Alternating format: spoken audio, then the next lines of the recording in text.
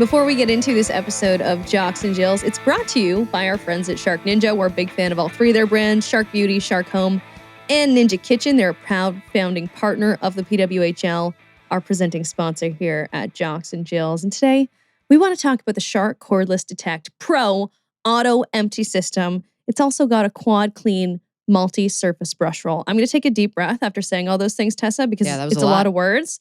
Mm-hmm. But it does a lot of cool things. I've told you about it. It cleans up my carpets. It cleans up my hardwood. It cleans up my couch even with a special little tiny head that goes on top, takes all the pet hair off my couch. Yeah. And then it auto empties. I press a button, it empties into a bucket, and then once a month, I dump the bucket out. It has made my life so much easier. All the Shark Home products have just made my life so much smoother. So thank you guys so much for being part of Jocks and Jills. Make sure you guys check out SharkNinja, Shark Beauty, Shark Home, and Ninja Kitchen. They're a proud founding partner of the PWHL. All right, let's get her going. Episode 33 of Jocks and Jills. We are one day post St. Paddy's Day. St. Paddy's Day is, a lot of fun. I'm a big fan. Tessa, I feel like it's a day that you get behind, if I know you. You like whiskey. You rock the color green, even though you deny that you rock the color green. I feel like it's a color that works for you. Is it because my eyes are green? It feels like you. Yeah, it pops on you. Thanks. Yeah, I don't know. I do like St. Paddy's Day. I don't know if I rock the color green, but I'll do my bestest. St. Paddy's always a grand old time, especially when you're in you're a teenager, you're starting to get into a little bit of trouble. You go away to university. University's just an excuse to party. It's this time of year. The sun comes out. I'm like, oh my gosh, to be a university student and enjoy the St. Paddy's Day because the weather this weekend was perfect for it. One of my favorite people in the whole wide world, Jen Hedger, her son, born on St. Paddy's Day. I was like, he has no idea what his future holds. That's his birthday. Yo, that guy is going to have the best birthday celebrations of all time. And think about it, when he gets older and can travel and stuff, he's going to Chicago when the rivers dyed green. He's doing all the cool stuff for his birthday. Anyways, there have been some epic St. Paddy Day celebrations, and I'm sure all of our listeners have a fair share of their own. What's the Ohio State recipe for St. Paddy's Day? Truly, is it green pancakes in the AM? Yeah, no. That's a good idea. We were just straight up the green beer. That's not. Okay. We were legit the excuse to party. I do remember a time though, and this wasn't a good one. This was Toronto Fury's era, and we were in Boston for St. Paddy's Day, and things got crazy. And there was this crazy brawl that broke out in the street, and it was terrifying. And we were all running, and I forget what happened. We were running to our Uber, and one girl fell and I tripped, and we got it looked like we were a part of the fight essentially. Oh no. Yeah, we just got back in the car, and we had to bus it back across the border with all cut up. We're looking like you were part of a fight. Yeah, but we were hockey players, so they were makes sense. Fair enough. Man, I always used to I went to TMU. It was Ryerson at the time for university, so I always used to go visit my friends who went to Western. Western does St. Paddy's Day very, very well. They do that big Western street does party. Parties well, I'm quite sure. They do parties so well. I did my partying at Western and university because Ryerson did media really well and did sports and stuff very well and coverage of sports. But partying, I don't know. It was kind of whatever. It's downtown Toronto. It's hard to work out. My most embarrassing story, because we have people on the podcast all the time and we always want them to tell us their embarrassing stories. So I'll continue to make this a safe space here on Jocks and Jills. Yeah.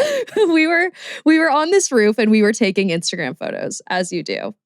Although we had a few beers, obviously, at the time. And we did actually make green pancakes and Jell-O shots and stuff in the morning. There it was an annual the Jell-O thing. shots, of course. Had to do a Jell-O shots. And we were more on it was a house attached to a garage, and the garage was lower down. Garage, if we're being fancy today. I'm trying to hold myself accountable with that. We're all taking photos. It's a group photo. I'm kind of in the back. Again, I've had a few beers. Don't I step off the roof backwards as we're taking a photo and fall into the hedges below? Julia. Tessa, it was so bad. And the best part is there's photos that exist look like? with me there's no photo of me actually falling, and it's like before the live photo era, so you can't hold it down and see the actual fall itself.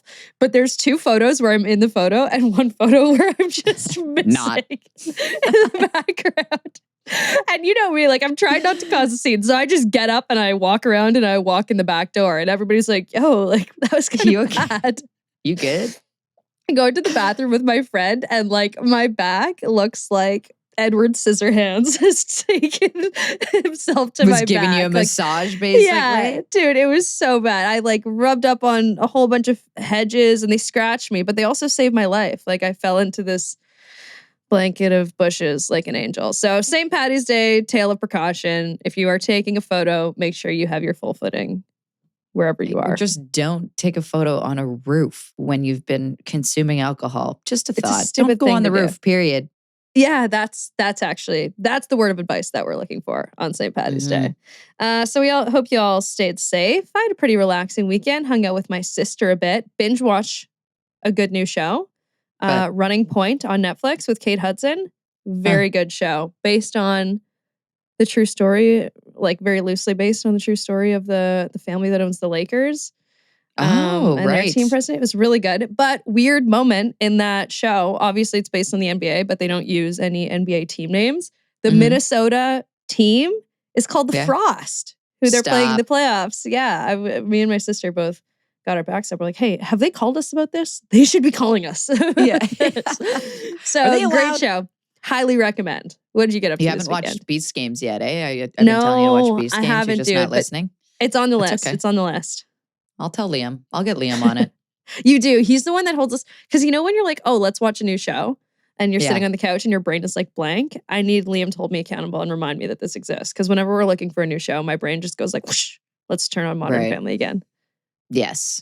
Not a bad choice. No, never. I get told I look like that lady all the time. Dude, people have been putting that in our comments more and more lately. I'm like, you guys are just noticing that Tessa is Claire Dunphy? You guys are just catching on?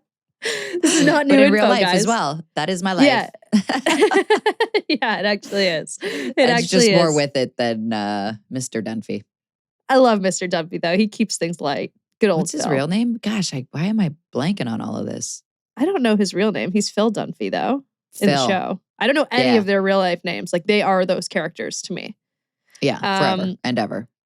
Also, a lot of people messaged me about my nausea bracelet from our Aaron Frankel interview, asking if it's legit. I don't know if it's legit. I dropped a link to it on my X account because people were tweeting at me about it. Really? I'm like very easily, like I could fall for a placebo. If I was a part of a study, I'd probably start to improve. So my little wristlets with the magnets, for me, they work. Hopefully they help someone else. If you Carla McLeod tried those because she used to get really bad nausea. Did they help her? I don't think so. So she's not a placebo person. Just goes to show the power. Placebo person. Goes to show the power of your own mind, Julia. Yeah, totally. So I'm glad I could at least admit that openly. What about you? Any updates? Honestly, survived my first ever March break, which was a ton of fun, to be honest. I felt like, March breaks, they kind of seemed a little stressful. I was like, man, this is going to be a lot. But it wasn't bad. My sister's kids were in town, like everyone knows, and had a grand old time and finished the weekend off strong. And now the kids are back in school. Nice. You made it. Honestly, I didn't do much outside of like entertain and clean up a lot of messes. Like this is official boring parent life that I'm talking about right now, and nobody wants to hear it. Hey, if you need a break at all this week though, Tessa, and you don't want to be making dinner and cleaning up messes, you got 2 chances this week during the weekday, another couple chances this weekend to use code PWHL when you're ordering pizza. Whenever a Canadian team plays in the PWHL, whenever Ottawa, Toronto, or Montreal play, you guys can get free delivery on any pizza order over $20 with code PWHLDEL. Montreal plays Boston Tuesday. Yeah, New York is in Toronto Wednesday. I'll be at that game. 2 chances to use it on a weeknight if you guys don't feel like cooking. Ed will be diving into that. I am out of town, hitting the East Coast. Jill Saulnier's stomping grounds Wednesday, Thursday. There's an event out there, actually. And I'll be going out there and getting all dolled up and having a grand old time. But yeah, it's like a in and out. One day, right on back. Nice. Fun. Okay, well, that's Tessa and I's update. Let's get to our headlines this week in the PWHL.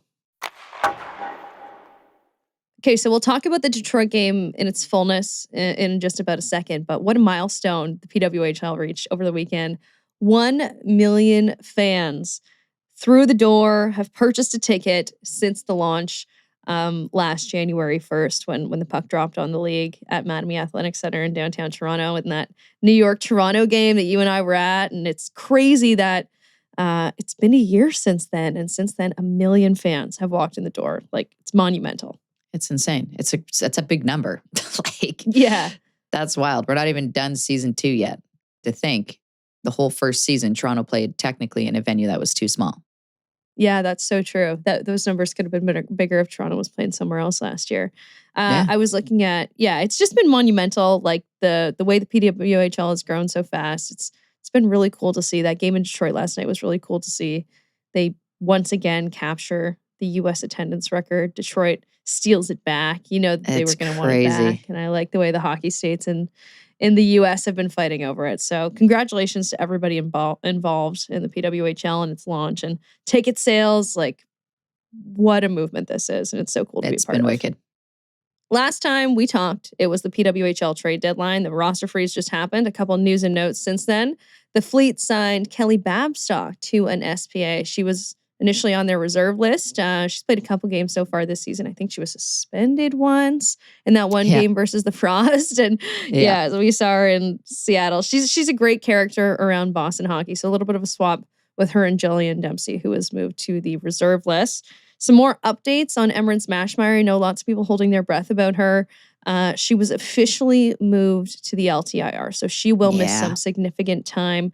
Their GM, Hirschfield, kind of took to Twitter to kind of put a vote of confidence in for his young goaltenders. They also signed Lucy Morgan from the Minnesota Frost, who we've seen have a couple good games for them so far this season.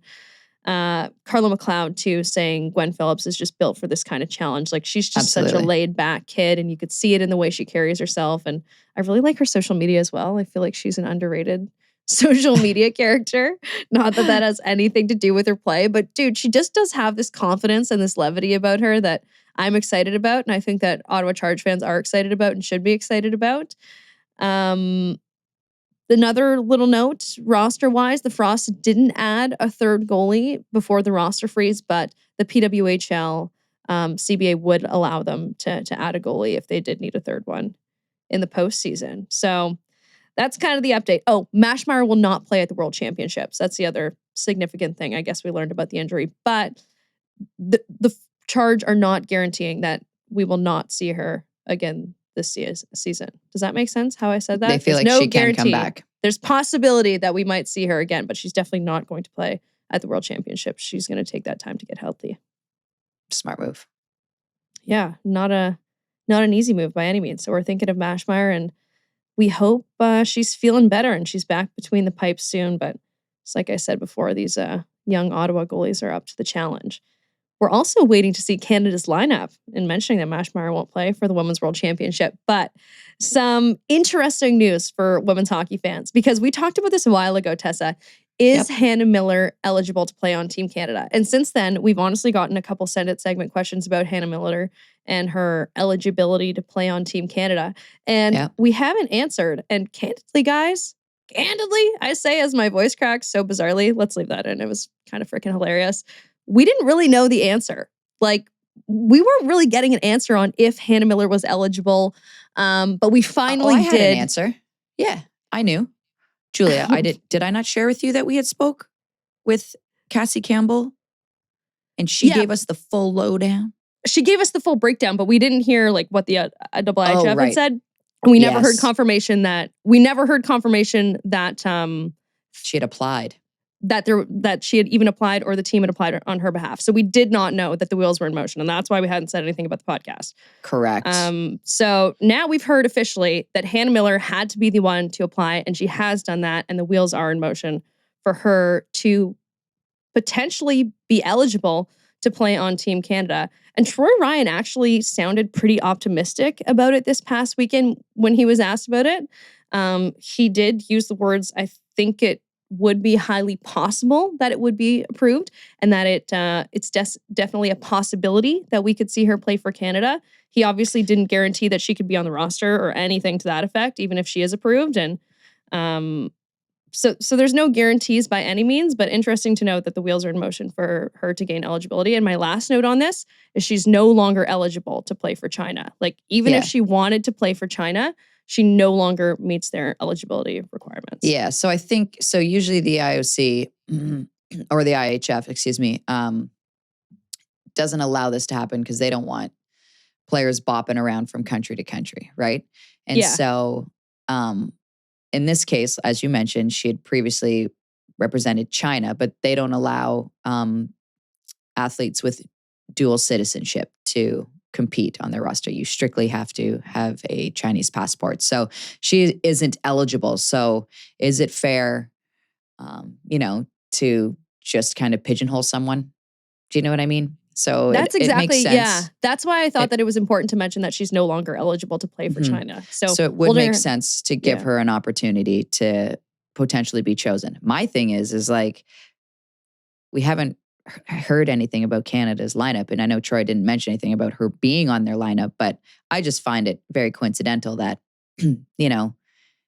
we're waiting on Canada's roster. The American roster has been out for a while. Switzerland dropped their roster on Instagram not too long ago, and yet Canada's holding their cards close. And it just feels like maybe they're waiting on, to hear an answer on this. Yeah. Because it's tough, right? You don't want to name her to the team and then she's not eligible, and then you gotta, I don't know. It's an interesting situation that they find themselves in, but I'm very intrigued by this whole thing. I was really happy to hear an update from Troy Ryan, and now we know officially Hannah Miller has applied for a change of country, and we'll see if she's eligible to play for Canada at the World Championships in Czechia this upcoming April. And some more international hockey news, Tessa, that I thought was cool. Frölunda wins the SDHL in their 3rd year of existence. I know you know a lot of women involved with this team, and just for context, the SDHL is the top league in Sweden, obviously.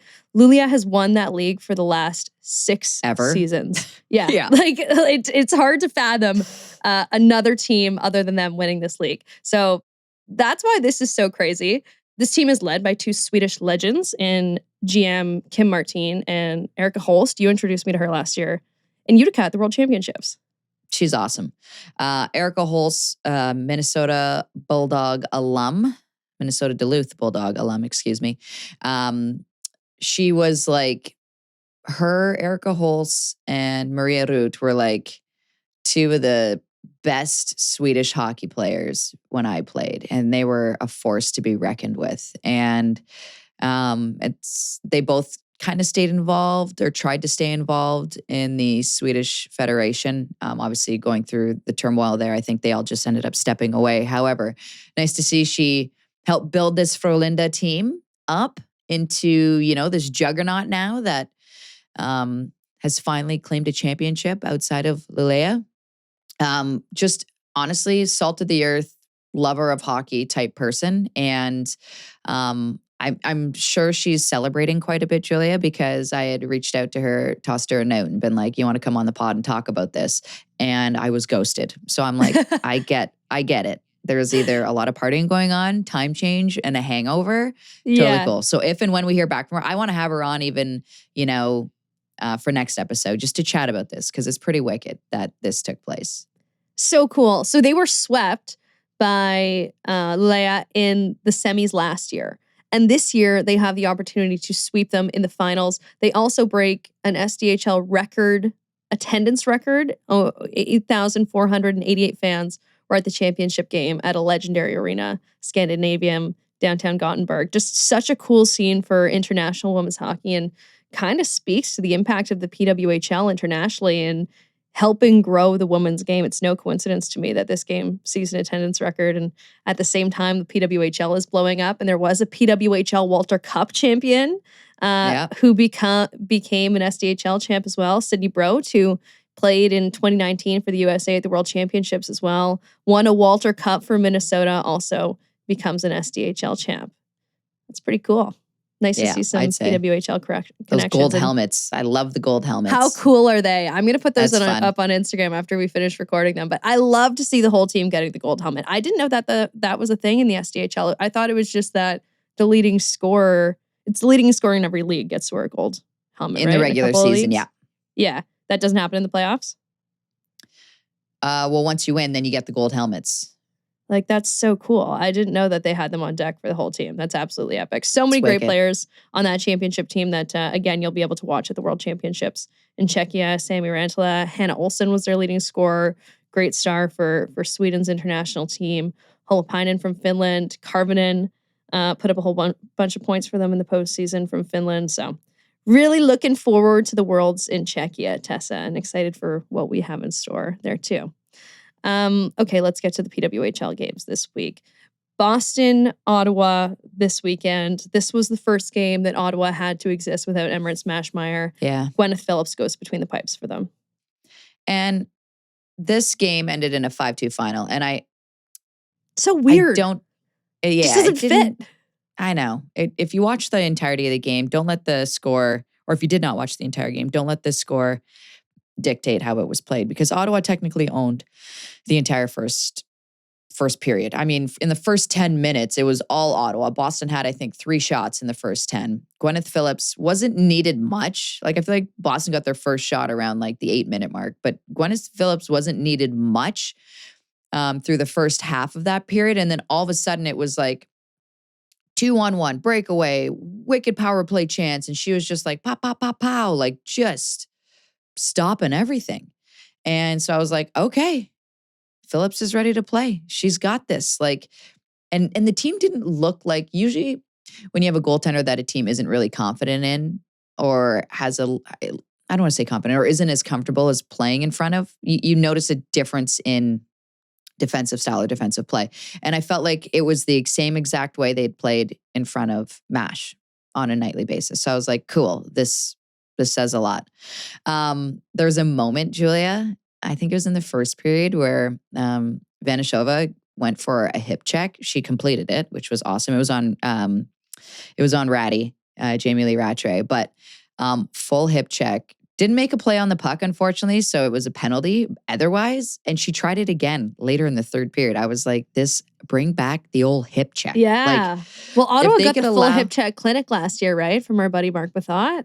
That's true. And she remembered every step of that program because she executed it so well. She graduated with an A.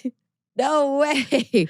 Anyways, this kid, could I just say, before I get back to the game, I know some people are frustrated and annoyed the fact that she like takes penalties and stuff, but like, I want that kid on my team 7 days a week. She's a player. She wants to win.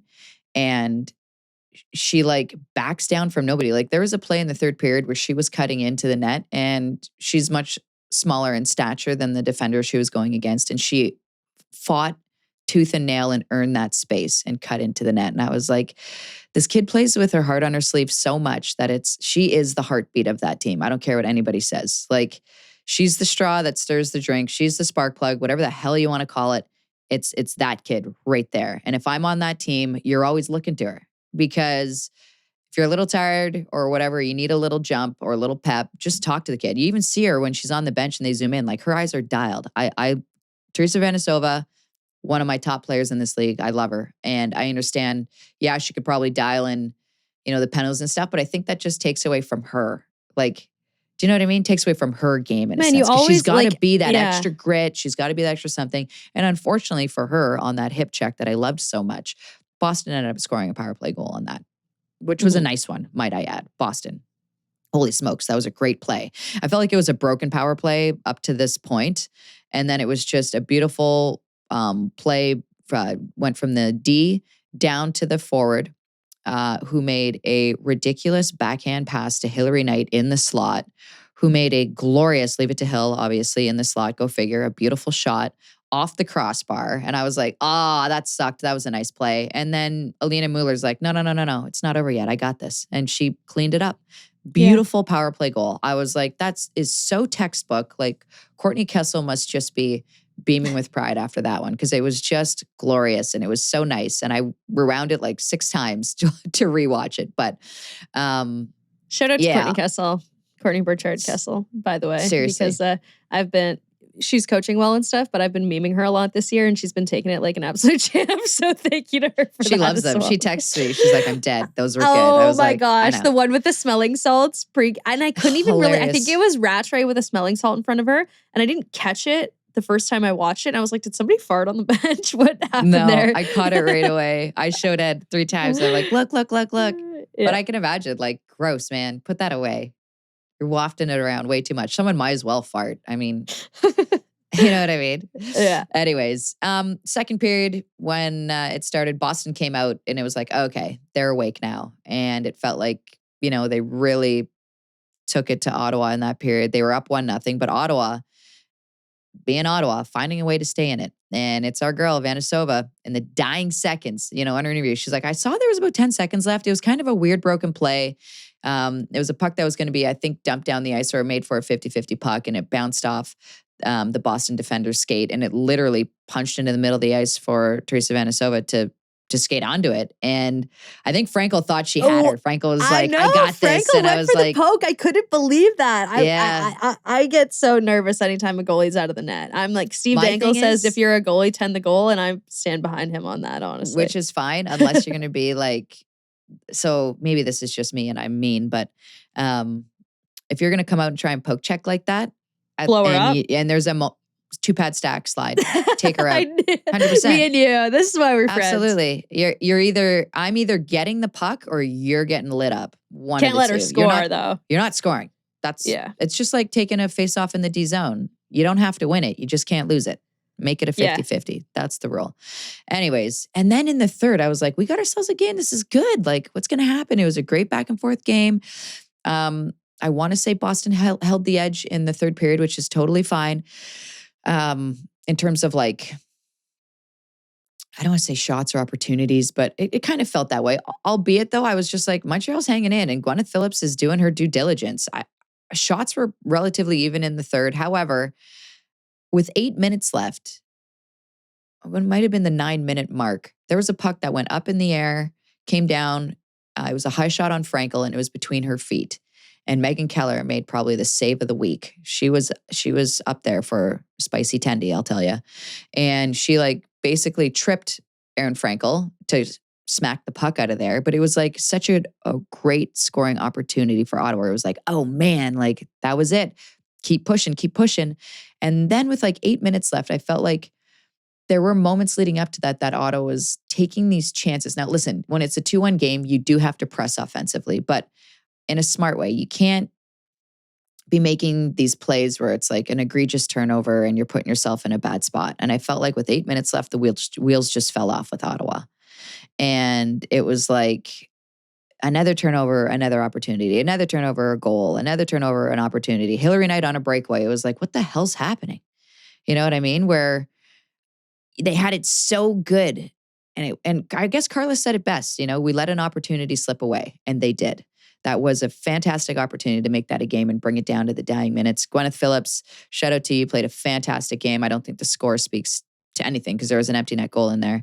Shout out to Jill Saunier too, who had a hell of a game. She took one massive hit from Savalainen. Oh my gosh. I forgot about that. That was huge. And she got Jill Saunier. This was like a Jill Saunier game. She was everywhere in this game. Yeah. She was so tough for getting up after that hit. You would have been scraping me off the ice with a squeegee.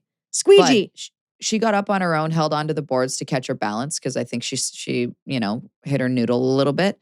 Came right back out the next shift and did the exact same play. Went to go cut it and wasn't scared of getting taken out. Instead, she took out the goalie. I was like, props. That's like, if that's telling the other team something, it's like, don't care. And it's like, the other thing with that is like, Boston came out like firing after that too, after that big hit. And I feel like Boston is a team where you can't poke the bear. Like, just don't piss them off. Anybody. Don't ever piss them off. So they're true. Just right? If they're sleepy, leave them sleepy. Like, don't. Yeah. Don't they got bug tough anybody. players. They got players who can score. Hillary Knight, after this game, was leading the league in scoring. If Philly steps a little bit in front of her with that Sunday night game in Detroit, but Hillary Knight's been there's something I love, like something in the universe feels right when Poulin and Knight are leading the league in goals. Yeah. It's just a nice thing in the universe. So Ottawa, wheels fell off in that one. Not out of it though. Like the playoff race is still very much alive and very much interesting, and even more so interesting because of Sunday night's game in Detroit. Obviously, Tessa. Yep. We mentioned off the top, new U.S. attendance record: 14,288 people in attendance. Detroit and Minnesota love passing the puck back and forth at the U.S. attendance record. I know Minnesota is competitive, so I imagine that they'll beat it maybe during the postseason or something like that. And Minnesota, listen up. Your team needs you. Okay. Yes. They're in a spot right now where there's teams nipping at their heels and they want to get in. So show up for your team and show out and be that sixth player on the ice for them because we know baseball started, but get your butts in seats. You want a deep playoff push again from your PWHL team. Loved everything happening in Detroit. Detroit wants a team so bad, Tessa. So bad. Our boots on the ground last night were Emma Buckles. You see that video that we posted from inside? Somebody had a sign that said, "We want a team, give Detroit Hockey Town a team." And the crowd was going absolutely insane. You could hear through the TV broadcast the "We want a team" chants during the second and third period. That's a really good, really, really, really good Hockey Town. And they had a really good showing last night with, I know, a lot of very important people in attendance from the league. Absolutely. I'm sad I didn't get to go to that game. Me too. Because I remember how awesome the last one was. I was hoping for some sing-alongs, all the good stuff. I was just like, this is a good game.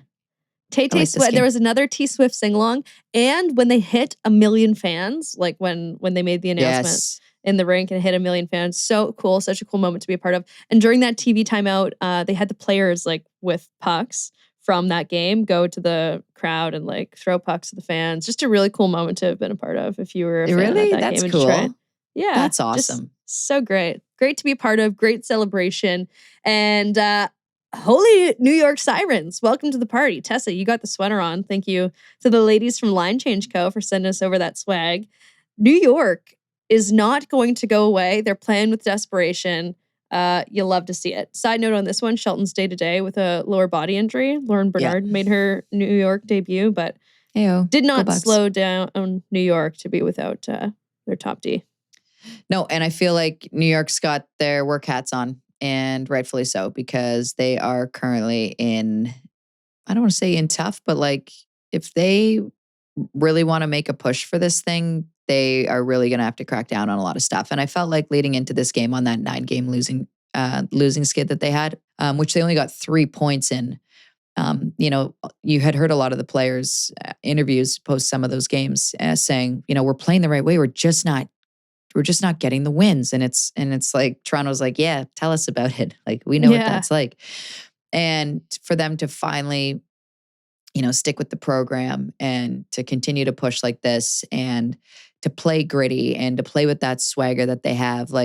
You can tell Philly's really ticked. Sarah Fillier is just, she's got an edge to her out there that I'm like, okay, this girl does not like losing. And the rest of the team is following suit, and they've got players that are stepping up and playing huge. Eldridge being one of them. She got hot again. Was it 5 points in the last 5 games for her? I feel like she's been fantastic for this team this season. And, but with her, I feel like there's still more for her to give. I don't think she's hit her ceiling at all. Do you know what I mean? Because the Eldridge that you see when she's going hot like that, it's like that very well could be every game. She could be getting a goal assist every game. No doubt, this kid, she's so good. But it was nice to see on the Minnesota Frost side, Grace Zumwinkle getting off the schneid. It was they said on the broadcast, and I double checked it. I was like, no way. They're like, she hadn't scored since December. I'm like, I call bullshit. I'm going to go look. And well, they were right. They did their homework. Clay and Alexis, they're on it. Yeah, Clay and Alexis did a fantastic job calling that game. Shout out to the both of yous. And I was just like, no way. And I was like, uh-oh. Grace getting a little mojo back is the rest of the league's nightmare, right? Because I feel like once Grace really gets going, you see Taylor Heisey really get going. And then you see, Kendall Coyne-Schofield really get going. And then you see, the depth in their lineup really get going. So It is this time of year with Minnesota that, there's always a little bit of a dip. I say always, we're one season in. There's a little bit of a dip. It's 100% sample size right now, my friend. So you are right. Yeah, that's fair. But, some of the ladies are looking a little tired on that team, I think, which is fair. It's been a hell of a grind. They've been on the road for some time. And, New York came out firing on this one. They had a great start. And for New York, it was very important to come out with a proper start on this one. One, you're going up against the Walter Cup defending champions. Two, this is a team that you're chasing. Your eyes are on nobody but Minnesota right now. Sure, let Ottawa do their thing. They're obviously in the mix and they're ahead of you, but you are running down Minnesota right now. And especially coming off a proper win like they had against Montreal, it was important for them to prove to themselves that the work that they put in and the stick-to-itiveness that they had with, playing the proper way paid off, and it has paid off. So I just feel like for New York, this was a game just to make sure that every team in the league knows, that everyone in their locker room knows that the win against Montreal wasn't a one-off. This was, in fact, something that they did themselves. And that was a win that they earned themselves. And they just did it again against another very good team in Minnesota. So, like I said, they're chasing Minnesota. If you look at the 7 games they have left, I believe 5 are on the road for New York, which is crazy. I would love to see them win out. And I think it's doable.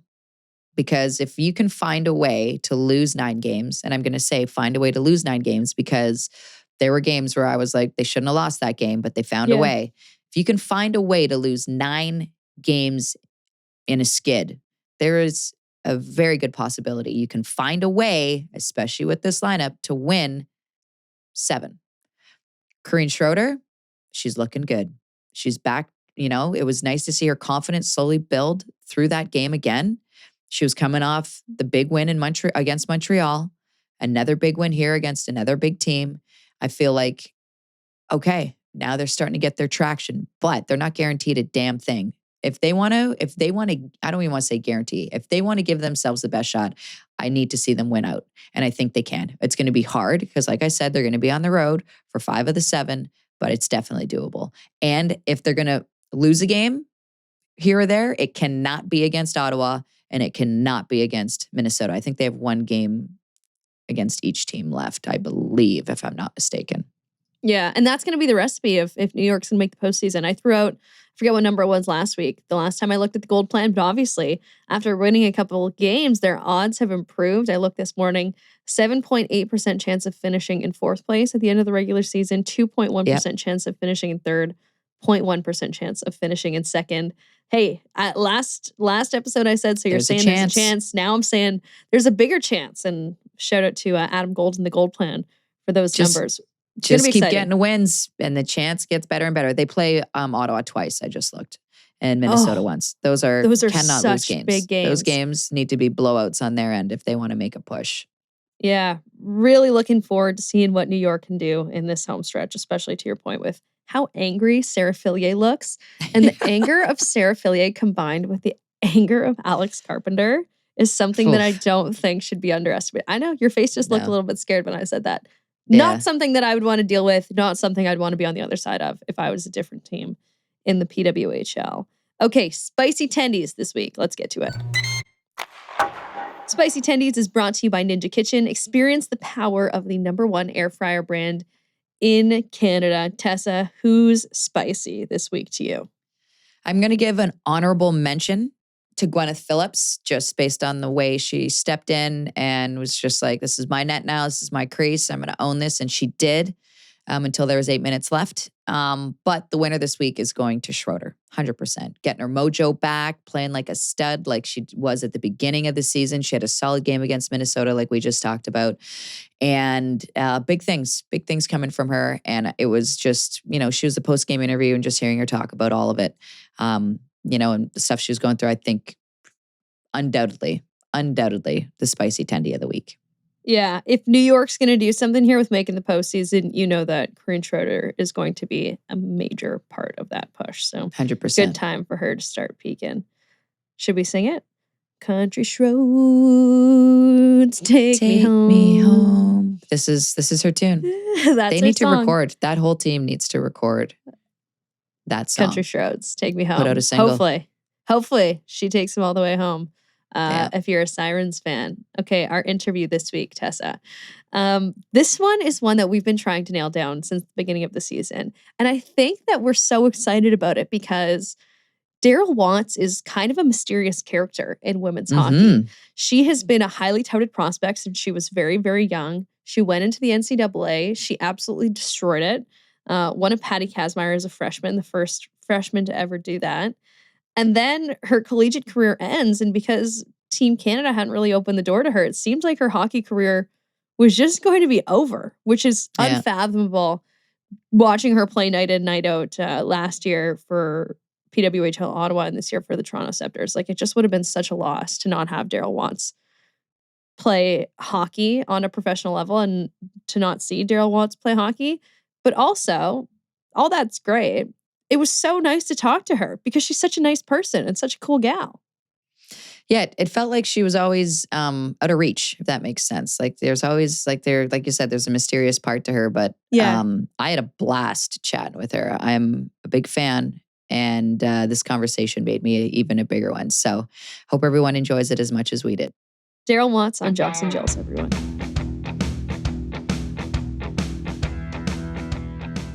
All right, guys, we're pumped for this one on the Jocks and Jills podcast. She's been a star in the PWHL for the last couple seasons. She was a star in college, and here she is today on Jocks and Jills. Daryl Watts from the Toronto Scepters, everybody. How's it going? Woo! Good. How are you guys? Thanks for having me. Yeah, thanks for coming on. We finally got you. Yeah, it's been a bit of a grind, but I'm glad I'm finally here. We've been chasing you since preseason. Seriously, preseason, Julia and I had it lined up. We're like, we cannot wait to get Daryl Watts. It's going to be so sick. And then if anybody knows what any type of media day is like, it's hectic and everything runs longer than it's supposed to. So we had a hard out, Julia and I, mostly because I had to pick up my children. And so we're like, we got to get out. And they're like, Daryl's going to be about 25 more minutes. We're like, no, we can't do this one. So we're like, it's okay. She's in Toronto. We'll totally get her. And then sure enough, our schedules never aligned, but we got you. And this feels like such a win. And I can't even wait to dive into your story, Daryl, because I feel like you've been a massive superstar for the entirety of your life. And the world finally got to know who Daryl Watts was just a couple of years back. So Julia, kick it off as we always do. Yeah, let's start in where we are right now. All of us, we're around the GTA, where you grew up, learning to play hockey. So tell us a little bit about how you fell in love with the game. Yeah, so I grew up in the west end of Toronto, a neighborhood called the Kingsway. And I have an older brother named Jackson. He's 2 years older than me. And naturally, just being his younger sister, I wanted to do what he did. And he played hockey. And really just, you guys are from Toronto. Everyone's obsessed with hockey. Like, that's the number one sport. So, it was just so natural for me to, start playing hockey. I started playing on my brother's team and just fell in love with the game. And I mean, I love all sports. And growing up, I would play, every single sport. Like, my school would offer like ultimate frisbee, badminton. So I was always on like the most random teams, but hockey was obviously the winner. Like, growing up with the Toronto Maple Leafs, it was just the coolest sport. So, that's how I was going to say, are you a tortured Leafs fan like Julia? Like, do you bleed blue and white? I do. You do. It's been tough. It's been tough. Like, honestly, I hate to admit this, but like when I was younger and the Leafs were so bad, I actually was a Detroit Red Wings fan. So I like switched. Oh. And then I'd say when they got Matthews back, or maybe like Phil Kessel, those days I came back to the Leafs, but I was a huge like Datsuk fan, Zetterberg. Like, those were my guys. Oh, so, that's so cool. Yeah. Makes sense. That's how you play. I don't know about that, but like, yeah, they were fun to watch. That's unbelievable. I don't think I've ever heard of a Leafs fan, Julia, admit that they swapped for a bit. Oh, let me say, like, I ditched for a while in my youth. Have you? I was like, I live in Thunder Bay. I don't live in Toronto. This team that my dad's telling me to like sucks right now. I think I went Blackhawks for a minute. Just, when Patty Kane was ripping it up. Like, we all abandoned ship for a moment. Especially like, you're born 99, I'm born 98. There was no hope. There was no fun. The jerseys weren't cool. Yeah. Like, it just was like, Dad, what are we doing? Like, you signed me up for this. He's born in 68. Like, that's terrible. That's even worse than being us. It was like the era after Matt Sundin. I was a huge Matt Sundin fan, like Darcy Tucker. But then once those guys left, that whole window between them and Phil Kessel was just like the dark period. Like, I don't know who played for the team. Like, I obviously left, but it was just like, what's going on? Yeah, no, I honestly totally agree with that. It was a mess. We didn't want to be part of it. But you mentioned when you started playing hockey, you were playing right away up with your brother. Like, he's older than you, right? And you were playing on his team? Yeah, it was his house league team. Oh, okay. I see. How much older is he? He's 2 years older than me. That's still pretty awesome. Was it your dad like thinking the way Ed and I are thinking right now? Like, we're just going to put our kids together so we're not going to like 5 different rinks every week. It's like, she's good enough to skate and play with this guy. So that's what's happening. Yeah, probably. Yeah, like my dad is pretty intense. So me and my brother, even, I want to say like 4 years old, like barely being able to skate. My dad had us working with like power skaters, skills guys, like just ridiculous things for a 4-year-old. But you know what? It worked out. But I think, you can't argue if it works. Yeah, thank you, Dad. But I think because I did all that extra work with my brother, it was just like, oh, she can play on his team. So, yeah. Was he protective of you out there, or was he jealous that you were better than him? Or were you better than him, I guess? That's definitely a touchy subject. I was pretty good. Like for this house league team, I don't know if it's still like this now, but there was like, there would be buzzers. So the first buzzer, it was kind of like you were on the easier lineup and then the harder lineup and then like the more elite lineup. Yeah. So I was on like the first buzzer. So the easier lineup, and my brother was on like the next tier. So it was the same game, just like different shifts were the better players. And I would score, like you were only allowed to score 3 goals a game. And I would get to 3 goals like really quickly. And then I would have to like pass the puck, or they would move me up to the next tier because I was so much smaller than the other guys. But I'd say I was just as good as my brother until he started to, like really grow and like go through puberty. Then he could beat me up. Yeah. Classic. Tough when that happens. Yeah. So it's the worst. So when did you really start to separate yourself and play for your own team? And like, when did you really start to find your own path in hockey? I think, I don't know how many years I played with my brother. Maybe it was like 1 or 2, but then I just joined my age group of boys, and I was the biggest tomboy growing up. Like all my best friends were boys.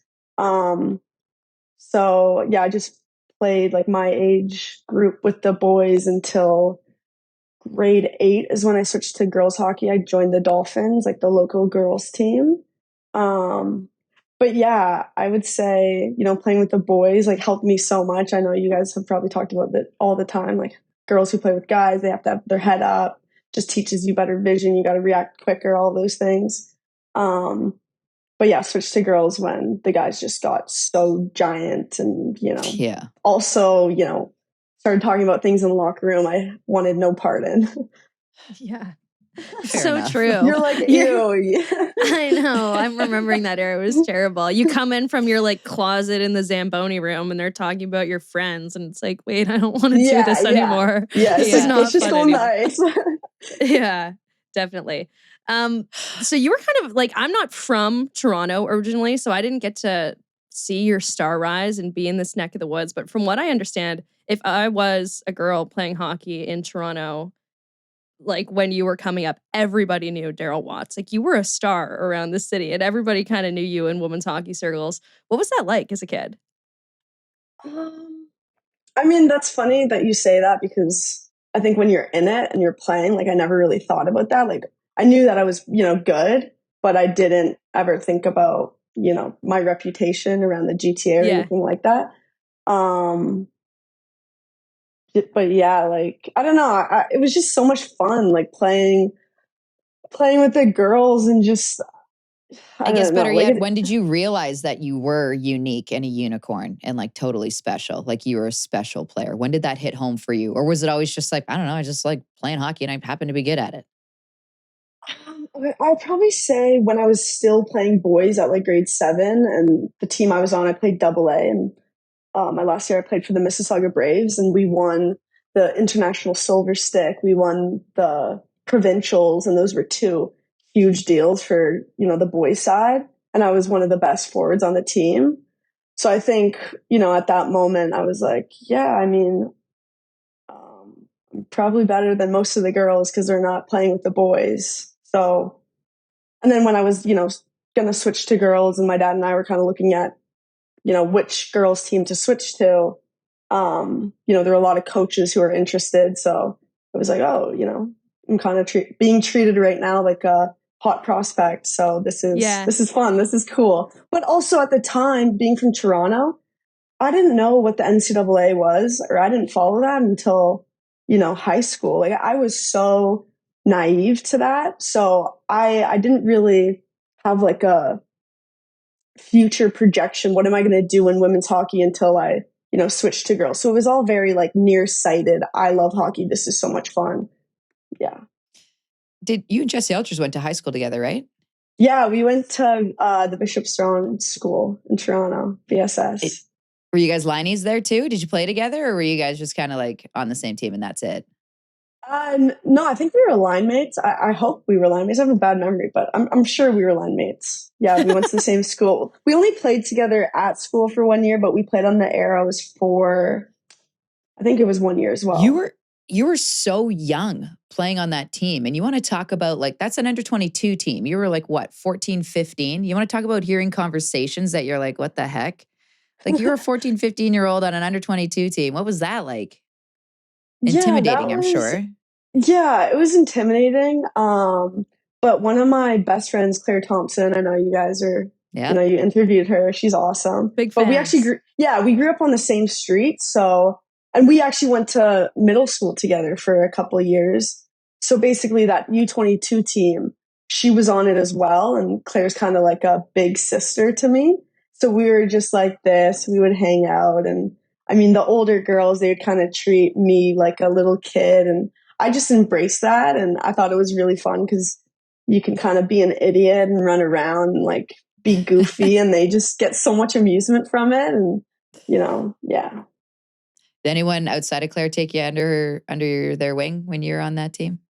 I mean, all the older girls were so nice. Like I remember there's a girl named Connor Galloway. She doesn't play anymore, but I think she must have been in grade 12 when I was in grade 9, and she was extremely nice to me. Julia Fideschi, she went to BSS as well, and she was super kind to me. So it was just a really nice group of girls. Yeah, it's so tough to be young going into those situations, but awesome that they put their arms around you and embrace. Yeah. It's kind of fun to get to be the crazy younger kid. Like, it was so much fun. Like I think I prefer. Actually, I shouldn't say that now, but at the time, I would have preferred being the young one than having to be like the mature older one. Like, don't do that because I like to mess around. Yeah. Was Claire as smart back then as she is now? Like, was she always just like super sharp compared to other people? She was, Baby Claire was a baby genius. Always. But she was like, I was kind of like the goofball, and Claire would be right there with me. Like, it was like a good balance, She'd be like, Daryl, don't do that, but that's so funny. Okay, let me try. Like, that's how kind of Claire was like. Like, I would like drag her to the dark side, and she'd be like, I don't know about this, but she would get right in there. Like, yeah. Did she help with your homework in return occasionally, like assignments? Oh, yeah, all the time. She would come down the street, help me. And just like advice on stuff. Yeah. She's the best. I swear to God, every athlete has that friend. Mine was Allison Ralph. Ralphie, we called her Pukey. Terrible nickname. I'm sorry that was your nickname, bud. We love you. But like, I can almost guarantee that Thompson. You came up with that nickname. Like, you come up with the most sewer job nicknames, and they're the best. Regardless, every athlete has a Claire Thompson, and that's amazing. That kind of is something that's consistent across the board. Julie, I don't know if you had one, but man, thank God for those smart athlete friends. Yeah, no, you wore your hair down under your helmet, so you weren't allowed to have one. Flow down. I did that in boys hockey. Dude, you're like the third person that said that. I only did it in boys hockey too. And it was like something like, no, I need them to see my hair. Like, I just want to make this clear. Like, I'm a girly pop. Don't get it twisted. Yeah. I don't know. Remember when I switched to girls, all the girls on my team, it was like the first practice. They were like, you need to put your hair in a ponytail. Yeah. And I was like, oh, okay. I didn't know. Yeah. I was like, oh, this is gross. You guys are right. I'm just an idiot who's played with guys named Josh my whole life. Like, I don't know anything. Yeah. Josh wasn't going to tell me to put my hair in a braid. Like, I didn't know. And I think also for me playing boys hockey, if I put my hair in a ponytail, because I think I had a shorter hair back then, it just like signified that I was a girl and I would be a target. And there was hitting back then. So it was like, because I know they've taken hitting away from younger boys now, but I think I just wanted to blend in. Me too. And it felt like trying too hard. Like almost putting my hair in a ponytail. It was like, oh, it's that little bit of effort that I don't want to look like I'm trying to show. Yeah, you want to be like laid back, you know? Like just chill. I'm a cool girl. Yeah. I'm glad we unpacked the psyche of wearing your hair down. I'm glad we got through this together, Daryl. Like, I'm glad we worked through it. I feel better now. Me too. I didn't realize I was holding so much about that. Yeah, that was bottled in for so many years. I actually have tears in my eyes right now. It's so funny. Jocks and Jill's therapy. We do it all. Yeah. This is Jocks and Jill's therapy. This has been a running joke on the podcast forever, and we just got to the root of it. Okay. Oh my God. You know what? I understand it. I understand it better now. So thank you, both of you, for being so open and honest in this segment. Oh my God, that's so funny. You mentioned, I don't even know what I want to talk about anymore. I just want to talk about wearing your hair down. You mentioned that you were naive kind of about the NCAA route and like what that meant when you were growing up in Toronto. I was reading articles about you before we did this. And there was a coach that approached you and your family in a parking lot, like one of the best NCAA. I don't remember what school it was from, but was that kind of the moment where you were like, okay, I could really take this to the next level? Yeah, I think it was my first year playing girls hockey, some early bird tournament, and my dad and I, you know, just walking to the car. I remember it was in a parking lot. I don't remember exactly, you know, like bags, you know, taking the, whatever. And there was an Ivy League coach, and she like started talking to my dad and I, and rules changed so much. So I don't think you can like approach younger athletes today. But she was like, yeah, like, you know, just kind of we want Daryl to come to the school. Like, let's have a meeting, all of this stuff. And I remember my dad and I, after that conversation, we were just like, oh my God, like, an Ivy League school is interested. Like, this is incredible. And it just kind of opened our eyes to, you know, the possibilities that hockey can take you to. And it was so exciting. We like to play this game, Who Lost Out on the Daryl Watts sweepstakes. So who are the teams that were chasing you? And obviously you went to BC to begin your career, but who were the ones that wanted you that you were like, no, thanks? I'd say like my top teams, it was obviously Boston College. I was really interested in Harvard.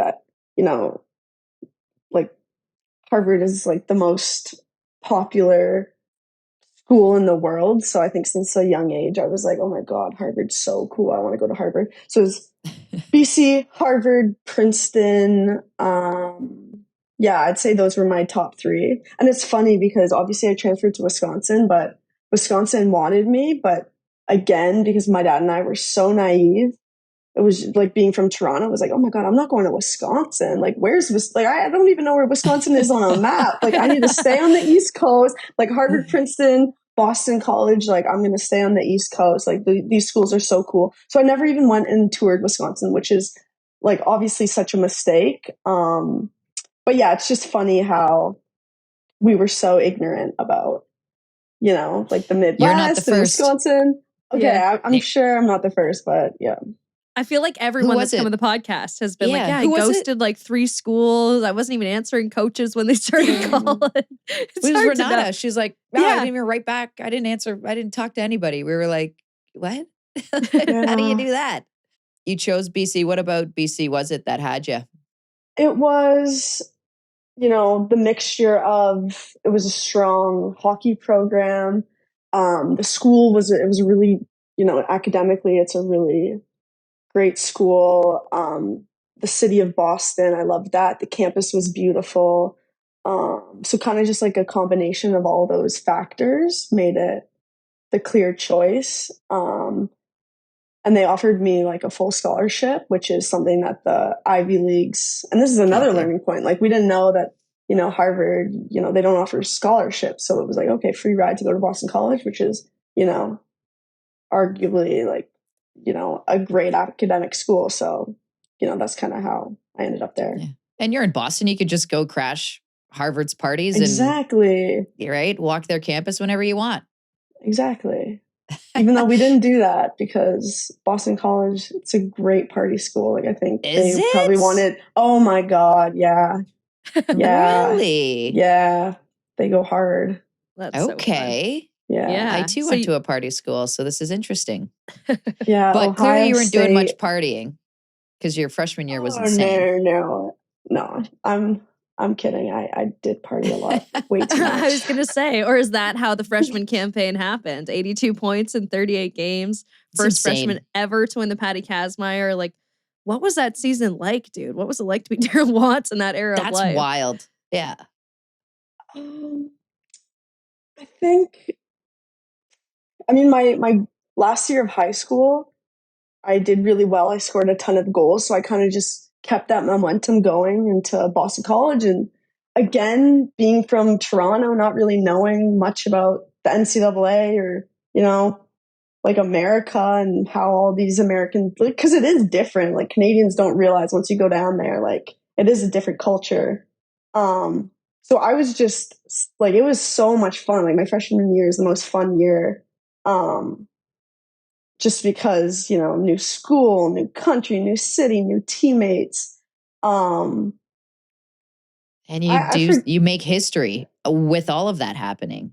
Do you know what I mean? Yeah. I mean, looking back at it, like I really wasn't like, whoa, like I'm scoring a lot. This is going great. It was just like this, like it just felt like I was doing what I had always done, which was play hockey. And then, when hockey ends, it's not, I'm going back to my house with my family. It's, I'm going out with the girls. Like, Yeah. It was just insane. It was insane. Did you even realize or know what the Patty Kazmaier Award was when you nominated top 10, let's say first? Because that's what they do. They always announce a top 10 finalists. Were you like, oh, what's this cool thing?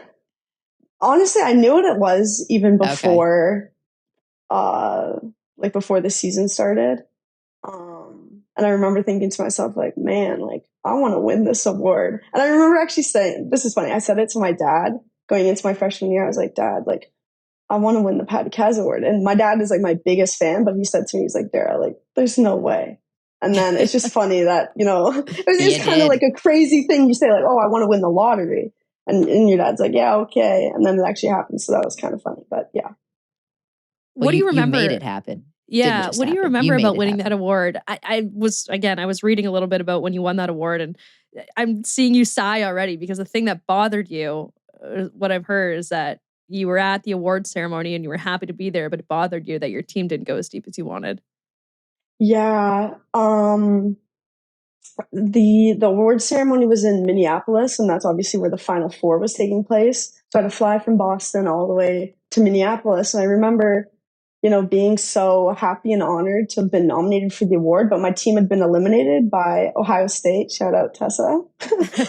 Sorry. So, but yay. Yeah, it is what it is. And I just remember like reflecting and being like, oh, like this is so cool that I'm nominated for this individual award, but my team not being in the Final Four, like this season's a failure. Like, and it was kind of like the first time in my life where I was like, wow, like obviously team awards are so much more important than individual awards, but like, NCAA, it's such a serious league. And I was like, the weight of not making the finals, it just hurt so much. And I was like, because I guess you could feel, a certain level of accomplishment for being nominated for an individual award, but the just feeling of like, wow, like this is a failure. Like I'd rather, my team being in Minneapolis competing for a championship rather than like me just going, like it just felt weird. And I was like, and I think that fueled me moving into, the future that, oh my God, it's all about,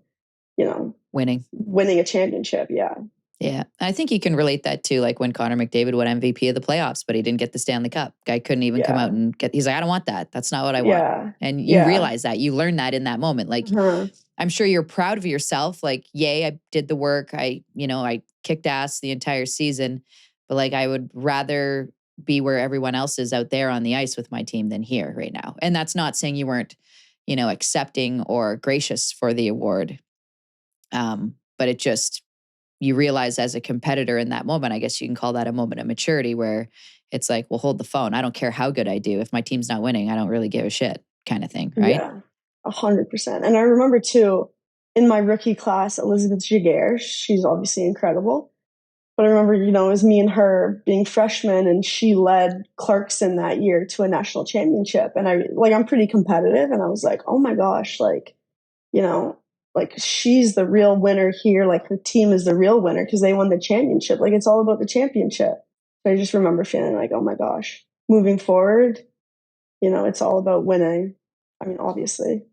And I guess that being, the way your freshman year ended, moving forward, you realize like, okay, well, now it's just about winning. So you go through a second year with Boston College. And I guess did that learning moment in your freshman year kind of guide you to make your decision to then transfer to Wisconsin? Yeah, I mean, the freshman kind of learning curve was, I was just soaking up so many things. Season went by so quickly. And then at the end, it was like, oh my God, like we lost. Like, let's look at all the things that went wrong so this never happens again. And then moving into the sophomore year, a lot of things changed. There were some kind of things on the ice that I didn't love, kind of lost my love for the game a little bit, which I know in retrospect, it's crazy to say that after having such a successful freshman year. But again, like we just talked about, it's all about winning the championship. So with that being the number one priority, my sophomore year, it was a really, hard year personally. And so by the end of the year, we got knocked out at the Elite Eight stage again in the NCAA tournament. And one of my good friends, and she was my line mate my freshman year, Katrin Lonergan, she decided to transfer to Clarkson. And at this time, transferring really, it wasn't common at all. Like no one really transferred. So when she transferred and we had a conversation about why she was transferring, and it was like, yeah, we kind of felt the same way, which was, oh my gosh, like we don't love hockey here anymore. So, and kind of throughout the year, like if you don't love hockey, which, is the most important thing in my life, like I didn't realize how other parts of my life were being affected. And so having a conversation with like my dad and my family, it was, yeah, like I'm not happy. So it was, okay, you need to transfer, you need to go somewhere else where you'll find your love for hockey again. And so, after that conversation, it was clear that, I needed to go somewhere so I could, get myself back and find my love for the game, but also go somewhere where, winning a championship would be a real possibility, and just joining, a program where I would elevate my game and, just become a better player and help a team win a championship. It's a pretty young age to have that kind of conversation with the coach. Were you nervous going into letting your coaches know that transferring is something that you were looking at? Yeah, for sure. It was such a hard time. And like you said, I was so young. I think it was like 19 or 20. And they obviously weren't happy about it at all. So that was hard, having a really tough conversation with, your head coach, and then her not responding well to it. But I understand, like I was one of the best players on the team, leaving the program, it was just shitty all around. Like for me, I was so unhappy. And then for her to see me walk away, obviously it's not an ideal situation, but it had to be done. And I'm so thankful that, I entered the portal and I ended up at Wisconsin because, Wisconsin's, and I know Tessa will disagree with this, but it's the best hockey program in the country. And I'm just so thankful for my time there. Yeah, that's hard, man. Like having to have a really stick to your guns there in a conversation with an adult when you're so young like that. Then you enter the transfer portal. Did you know where Wisconsin was on a map at this point? Like, were you hoping Wisconsin was going to be the team to call? Honestly, you've done a few road trips in the NCAA, and you knew who was going to call. Yeah. Playing 2 years in the NCAA, I knew everything I needed to know. Wisconsin was obviously, the cream of the crop, like WCHA, Ohio, Minnesota. Those teams are just so incredible. So I was really hoping that Wisconsin would reach out, and Jackie Crum reached out, and I was so happy that she did. But yeah, entering the portal. Yeah. Who didn't reach out? Let's be honest. People open the portal, they're like, Daryl Watts? Everyone's like sending the email immediately, like yesterday. Like everyone had to have been reaching out. How many You Up texts did you get? Is the real question. It would have been every NCAA coach. Yeah. You Up? Yeah, I got a lot.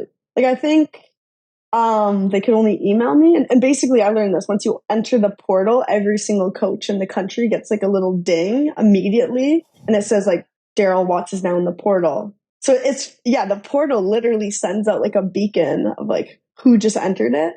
So once that happened, I got a lot of emails. And then, I kind of had a sense of like the top teams that I wanted to chat with, go visit their campuses. It was kind of like freshman recruitment year. all over again. Yeah, exactly. Recruitment all over again, like going through it, but now more, advanced in my knowledge and, better sense of where Wisconsin was. Yeah, what exactly you wanted out of a school and in a school. Yeah. Like 0 to 100, knew nothing to, well, not knew nothing. I obviously, knew a lot, but I didn't know enough. Yeah. You had 2 years under your belt. That's lots. So you go to Wisco, a team that you say was cream of the crop, whatever. To be honest, I always make fun of Wisco. Wisco was like, it came down to Ohio State and Wisconsin. Like, okay. No doubt. Yeah, I know. Just don't tell anybody, okay? But you won a national championship with the Badgers. And on top of all of it, you scored the game-winning goal in overtime. Now here's Daryl Watts. Setting up in behind. They score! Daryl Watts knocked it in off the defender. It just feels like, big players, good players like yourself are built for those big moments. Going into overtime, did you have that sense like, this is why I'm here. This is my moment. I'm going to take this? I was so nervous. Like we have this ritual at Wisconsin where you have a handshake with everyone near you, like same order in the lineup, but you go on the ice and then, you've got your little handshake that you do. So I remember Nat Buckbinder, she was like ahead of me and we would always have this lineup or handshake. And I was so nervous that I was just hands on my knee, like hands on my stick, kind of crouched over, just like deep breathing. And I couldn't handshake with anyone because I just felt this sense of like, oh my God, like I've been waiting for this moment my whole career. Like I transferred for this moment. We were this close to winning a championship. And like, I just felt this like overwhelming sense of I need to do something here. And also in the locker room between third period and overtime, we had also, for context, we had been to overtime so many times that season leading up to the national championship game. And we were so good. Like, I don't know if we were like 5-0 or like, 4-1 something, but we were so good. And I remember our captain, Grace Bowlby, came up to me in overtime or in the locker room and she was like, Daryl, like, you got this. And I just remember feeling like, okay. And so then that leading into like the handshake, I was just like, oh my God, I need to do something here. And then it worked out, thank God. But it's funny to like. Can you remember it exactly? Yeah. Do you remember it? Let's hear it. I just remember having the puck, and then for some reason Northeastern wasn't pressuring me. They were kind of just being a little bit conservative.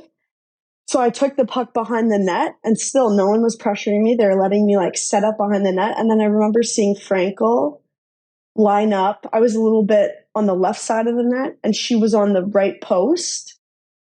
And she was like looking back over me like this. And I remember thinking like, oh my gosh, the entire left side of the net is open. And then one of their defenders started like kind of moving to try to cut off a pass to Lacey Eden. So then I just kind of banked it off of the D and the net. And it was just, I can remember so clearly like the puck just going crossing the line and just being like, oh my God, like, yeah. I did it. Yeah, like that was, oh my gosh. That was the best game ever. Like winning a championship, oh my God. That's the coolest. The sip on the Starbucks after made it so much better. That was the know. most epic way you could have told that story. Yeah, that was so fun. And then after the championship, just like partying for 2 weeks. Oh, that's Best so feeling fun. ever. Waking up every morning being like, oh my God, like we did it. The 'Cause it welcome really back felt must like- have been cool. Okay, honestly, because it was COVID, I remember we got off the plane, we get to campus, we're running around with like the trophy. But because it was COVID, it was like a little bit of a ghost town. And it was, I don't know, like 1 a.m. So we're going to all these bars. And I remember the first bar we got to, they're like, sorry, we're at capacity. Can you believe We that? just won. So rude. How rude. And I remember Yeah. we were just like, oh my God, like we were the men's team. They would like kick people out, let us in. But, you know, obviously it didn't ruin like our mood. We just kept running around. I think we ended up in some random guy's apartment, like my entire team. Yeah. That's awesome. The most random memories are the best memories. Yeah. For 100%. sure. Yeah. Such a great that's celebration. Amazing. Your NCAA career was wild. I mean, just that story in general and just the way you started is insane. But to go, you went 5 years in the NCAA, is that right? Yes. Is it 5 or 4? 5 years in the NCAA. You led each and every team in scoring, and you never had less than a point per game. Like, I know we're building you up here a little bit and you don't need it, but that is certifiably insane. So it's like, how does one do that? And then when their NCAA career comes to an end, it's like, I'll probably retire and just do my master's in commercial real estate now. Like how, I'm sorry, but that doesn't line up for me. Yeah. I mean, the answer to that is because at the time there was a lot of uncertainty about pro women's leagues. And there was uncertainty about how much money you could make. At the time, it really was not a lot. And then, you know, the main path players would take would be, oh, they're going to play for their national team. But, you know, Hockey Canada wasn't interested in me. And the last time I played for them was like my second year U18. And then kind of throughout college, you know, didn't really play for them. So when I was graduating, you know, Hockey Canada wasn't even, it just wasn't a path that, you know, I felt was like realistic or a choice. So, you know, it honestly, I know it sounds crazy, but it was just like, okay, well, I'm not going to play for Hockey Canada. I'm not going to, you know, play in a women's league where I'm not going to make a ton of money. You know, I'll go back to school, get a MBA in commercial real estate, and then I'll start working the corporate lifestyle, which is something that my dad, my brother, and my mom do, or my mom did. She's retired now, but yeah, I know it sounds crazy, but yeah, that was just it just felt like that's how it was like unfolding for me. And was it heartbreaking for you to have that moment kind of be? You know, I'm not like a super emotional person, but I think I didn't really let it affect me. And I remember my teammates after, you know, we were kicked out of the tournament my last year, they were like on the bus, they were like, Daryl, like, is that your last hockey game ever? Like, are you serious? And I remember just being like, yeah, it is. Like, you know, it is what it is. Life goes on. But I remember working an internship the following summer before, you know, I was supposed to go to Wisconsin for the MBA, and the 9 to 5 just really wasn't for me. Yeah. And I remember seeing my peers playing hockey in the PWHPA or whatever else like they were doing, like whether it was a IHF tournament. I remember just feeling so jealous and just like, oh my God, like this sucks. Like I wish I was out there. And also this deep sense of like, I'm an athlete. Like I'm not meant to sit at a desk and work a 9 to 5. Like I really am not. So then I ended up not going to the MBA. Like I kind of like canceled that, which, you know, my dad was not happy about, but I just felt like it wasn't for me. Yeah. And then, still wasn't sure what I was going to do. And then the PHF announced, like the highest salary cap, and I think it was all of women's sports at the time, 1.5 million USD per team for the following season. I remember seeing that and being like, oh my gosh, here's my chance to play the game I love and make a really great income So it just kind of felt like the stars aligned. And then obviously so much change, but I'm so grateful that, the PHF released that record-breaking salary, because I think their intent was to, try to keep women playing hockey. And for me and a lot of other girls, it really, changed the course of my future. Yeah, kept you in the game. What was that playoff run like? You joined the Toronto Six for their playoff run. You win another championship with the Toronto Six. Like, what was that run like? That run was awesome, but I hadn't played hockey. So I joined them in like February or January. Yeah. And I hadn't played hockey since we were kicked out in March, like the following year. So I hadn't played hockey in almost a year. Fully retired. Hadn't lifted a weight in a year. Hadn't skated in a year. All I was doing was power walks with my dogs, trying to like shed some muscle. Yeah. So I was like lighter than ever. And I remember skating with the Toronto Six for the first time. And I remember the girls just like feeling the girls be like, who is this girl? She cannot play hockey. And I remember the coach was like, okay, Daryl, like you need to ice this puck. Like whatever the drill was, I had to ice the puck. So shoot it off of our glass all the way down the zone. And I couldn't lift the puck. Like I swear to you, I could not lift the puck. Because I guess you don't even realize it, but like I had no forearm muscle, I had no arm muscle. And I know the puck is so light, but I couldn't get it up. And it was just like so embarrassing. But I was like, guys, just I give can do me this, like I swear. Yeah. I was like, guys, you just need to trust me. Like I'm good. Just like let me work out in the gym. So I started training with Gary Roberts, who I love, and I work with him like to this day. But he kind of like transformed my body. But I was working so hard in the gym, so hard with like skills coaches to try to get back in hockey. So basically, sorry, long answer, but that playoff run was so much fun, but I also just was not really a hockey player because I had no like, hockey muscle or whatever. But yeah, it was fun. It was crazy, but it was great. It was awesome. No, I was awful. I was literally the worst I'd ever been in my life. Yeah. Dude, so you're in the midst of such a whirlwind. You win, you're like, oh my gosh, so exciting. And then the league gets bought right away. Like, what are your feelings when that happens? Are you excited because next step? Or are you like, oh my gosh, I really got to, Gary, get over here. Like, we really got to start working. Yeah, I was so excited. Like, at first it was like panic. It was like, oh my God, like, what does this mean? Like, what is the future going to look like? There's just a lot of uncertainty. But then I was so excited because, with the PHF, with the PWHPA, like the common theme was we need one singular women's pro league. And that's what's in the best interest of women's hockey worldwide for the next generation. We just need one pro league.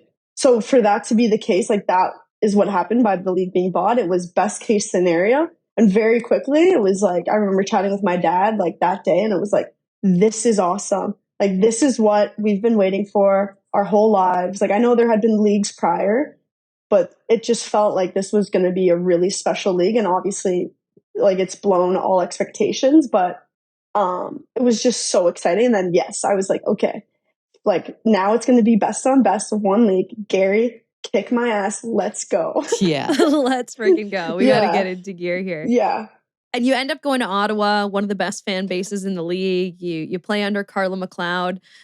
Tell me about that first year in Ottawa. And I guess while we're talking Ottawa, you could talk about what ultimately led you to Toronto this season. Yeah, so drafted by Ottawa. One of my best friends was drafted there too. Super close with Zoe Boyd and Della Rivera. So there was a really close knit of girls on that team. And we had so much fun. But obviously, the season, we didn't make the playoffs, which was a huge bummer. And it just being the first season, it was just like a whirlwind, really. And the momentum that the league gained and going to all these different cities and the fans and the media attention was insane. So it was just a really fun year. But prior to that year, I signed a 1-year deal, and the intent was because with all pro leagues and women's hockey to date, there was so much uncertainty. So I was like, okay, let's see how the first year goes. And then after this first year, a 1-year deal will give me the flexibility to kind of make a choice for myself at the end of the year. So once we didn't make playoffs and kind of sat back and reflected on the year and my future in the PWHL, I entered free agency, and obviously being from Toronto, and, you know, we talked about it at the beginning, diehard Leafs fan, Toronto, born and raised here, hockey's everything here. Had really great conversations with Troy and Gina, and, you know, at the end of the day, I just wanted to go somewhere where I was valued and where I could help a team win a championship, kind of similar to the Boston College experience going to Wisconsin. And, you know, those two factors combined with, you know, this is my home team. I think, you know, any guy in the NHL, if they got the chance to go to the Leafs, they would probably do it. So we see it all as soon as they turn 35, they all do it. Yeah, 35. Yeah. And then they're part of the reason why the Leafs don't win. Anyways. We'll rant about this, and we have another therapy session we need, obviously. Yeah, we'll get into this after. That's a whole other episode, guys. That's episode 2 after episode 1, where we talk about ponytails wearing your hair down. Yeah. But yeah, it was a no-brainer to come back to Toronto. And I'm so happy here. What is, like, Troy Ryan seems like everybody interviews him, you get the same stuff from him, but you don't really, like, nobody really knows a lot about Troy Ryan, the coach. Like, no one ever really gets an insight unless you play for the guy. And, like, so what is he like, Troy Ryan, the coach? I would start by saying he's such a nice guy. And during my free agency process, when I would talk to a lot of the players, it would be like, okay, like, what is this coach like as a person? And the consensus among the Toronto players was Troy is such a good person. And that is so important because, you know, your coach, they hold you accountable. It can be tough at moments and seasons. But if you know that they're a really good person and they've got the best interest at heart, then, you know, you're in a good place. And also, I've never seen a coach work harder than I've witnessed this coaching staff led by Troy work. Like, we'll be on planes. It's video the entire plane ride. They're up all hours of the night watching video. Just the attention to detail has really blown me away. So, you know, what is Troy Ryan like? I would just say he's a really nice person, and he works so incredibly hard. Like, his knowledge of the game, it blows me away. And this year, I've learned more about hockey than any other year. And, you know, that's a testament to him and his coaching staff. And, you know, our power play this year has been really strong. And our forward coach, Midge, who just came from the Rangers, he runs it. And, you know, the plays that he's got, the way that we look at the power play and talk through it, it's like nothing I've ever witnessed before. And, you know, I think both of those things are just a testament to the coaching staff and, you know, how hard they work. And, you know, they're obviously really good at their jobs, but yeah. Yeah, the power play in Toronto has been insane this season. We'll let you go on this one, Daryl. We talked a little bit about your first experiences, and I know you can't say too much, puts you in a weird spot because you're in the midst of trying to make this team again, but you played for the national team in U18s, you go through college and you're so good, you don't get a sniff, and you retire. Like, you retired in March 2022 for 10 months, you come back to the game, and now you're playing pro full-time with kind of a second opportunity to wear the Maple Leaf. You got to play for the rivalry series. Without saying too much, obviously, what's that experience been like, and how special is it for you to kind of have a second kick at the can almost? Yeah, it's really special. You know, going through kind of my college days when I felt like I would never play for Team Canada, you know, it definitely hurt, and I felt like I should have been granted the opportunity, but I never was. And for myself to get the opportunity this year after going through, you know, just some hard years, I think it makes it even more special. And I've grown so much as a person and a player. And I just feel like I'm so ready right now to kind of prove myself and, you know, play for the team and help the team win gold medals. And yeah, I'm just so thankful that, you know, I'm in the spot that I'm in. And, you know, I went to the Olympics in Vancouver when I was 10 years old. It was a family trip, and my dad took me to I was 10 years old. Cool. And how old were you? I was 26. It's no big deal. Yeah, you won the gold medal. And I remember, you know, it's kind of funny that I'm in a box with my face painted red, and watching you, and now we're talking today. Like, that's so cool. But, that was super inspiring. And, it's always been my goal to play for the national team. So to be in a position where I can do that it's everything. Well, I'm a firm believer, Daryl, that the universe always puts you in the place you're exactly where you're supposed to be. So even though it didn't happen when you wanted it to back in university, I feel like you're in the right spot exactly where you're supposed to be, and feels and seems like you're doing all the right things on a daily basis. So I don't doubt you'll get rewarded soon enough. We're incredibly proud of you. It's been a blast following you last season. Julia, even this season, I feel like that's why we were so hyped to get you on. Sorry we missed you at the beginning of the season. No. If you guys waited 25 minutes, it would have been... This is good, though. We got I feel like you would have been exhausted. I don't know. Yeah. Those days are long. It was a long day, and I remember seeing your wiener dog, though. One of you has a wiener dog? Yeah, okay, that's me. So cute. Shout out Enzo. So he was cute. running around. Yeah. Him and Malte rather kind of got into it that day, but it's fine. Oh, yeah. Emma doesn't like dogs. No, she's a weirdo. It's hilarious. Yeah. I honestly love it. I love it. Daryl, listen, we're thankful we get to watch you play. We're really glad you didn't hang up the skates, and we're even more thankful you came on today. Enjoy the weekend, dude, and good luck the rest of the season. Thank you so much, and thanks for having me, and sorry for taking so long to get on the podcast. But I'd love to do this again sometime. Hell yeah. We got Leafs trauma to unpack. Yeah. Next episode.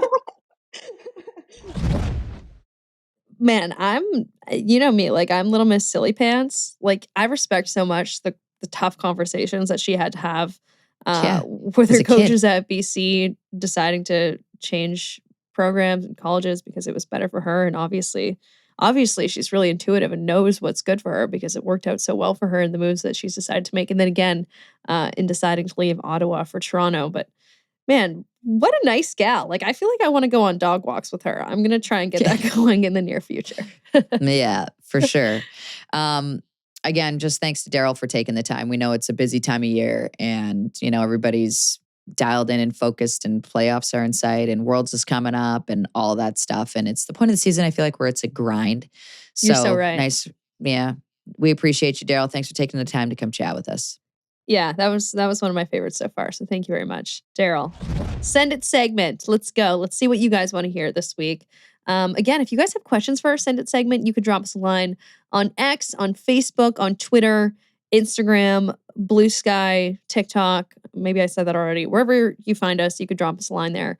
Just put that it's for our Send It segment, and I'll filter it out as such. This is a funny one. You've already said this word once this podcast, and I said it last podcast, and we got a question about it. Hi, big fan of the show. What is Maddie Rooney's noodle? Thank you. Cassandra, no for valet. Thank you for asking this. Sometimes Tessa and I are just yapping, and we're using terms that generally aren't used, and we should probably have a Jocks and Jill's dictionary.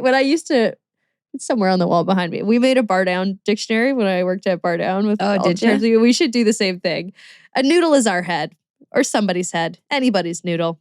I don't know why that's the term for it. Yeah, why was that ever even used? I don't know. Noodle. I just know that that's what it is. I didn't choose it. It was just used before, and I was like, I'm going to use that too. Don't blame us. Thank you for asking, though. Honestly, if Tessa and I are ever using ridiculous terms, please let us know and we will clarify. Not only do we have like hockey bro terminology mixed into our linguistics, we also have like Northern Ontario layered into there. Yeah. So who knows what language we're speaking on a day-to-day basis. Now, sometimes I've lived in Toronto for so long, I start saying Toronto things. Like, it's a mess. So thank you guys for bearing with us. This one is from Allie Murdoch. Hi, is the same playoff format in place as last year in that the top seed team picks their first round opponent? I feel like it hasn't been talked about as much this year. Should Montreal remain in first, who do you think that they will pick? Yeah, you're right. Honestly, there hasn't been that much buzz about choosing your first round playoff opponent this year. Maybe because last year, the team that had the opportunity to choose obviously ended up falling in the first round. So maybe it became clear that doesn't matter who you pick. It's going to be tough. They chose the Walter Cup champs. They chose the Walter Cup champs. Like, maybe choosing a team just gives them too much juice and inspiration. And that's what we learned from that first year. I think if you choose, if I'm Montreal, I do not, it depends on where they finish, right? Because you cannot pick the second place team. So it's between the third and fourth. If I'm Montreal, if I had the option, I would not choose Boston. Anyone else but. They're so Anybody scary else in the playoffs. but Boston. And right now they can't even pick them essentially because Boston does sit in second place. So it'd be between Toronto and Minnesota. And with that, I will say, like, if this is where it lands, like let's say the standings are this right now, boom, and Montreal has to pick, then I'm picking Toronto just for easiest travel. Good point. Yeah. And they've played Toronto a lot better last year. Like last year picking Toronto had their number. And Toronto like destroyed them in the season series last year. I don't want to be wrong, but I'm having a hard time remembering Montreal beating Toronto like even one time last year. Whereas this season, obviously, things have evened out a lot. Yeah. So if it's as it sits now, if I'm Montreal, I would 100% pick Toronto. I wouldn't dabble with Minnesota again. And obviously Boston's off the market because they're in second place. So I would let Boston and Minnesota beat each other up and I would take the easier travel. That's the route I would go. I would base it on travel essentially when it comes down to it. But confirmed, the playoff format looks to be the same as it was last year. Thank you guys always for sending us questions and following along on social media. You can subscribe on YouTube, on Instagram, TikTok, Facebook, Blue Sky. Helps us out. If you want to drop us a line or a send it segment question, you could do it there. Thank you so much to our sponsor, SharkNinja, for putting this on. Pizza, CCM. We love you guys. We appreciate you all. We're excited for this last stretch run of the regular season towards postseason, and we'll talk to y'all on Friday.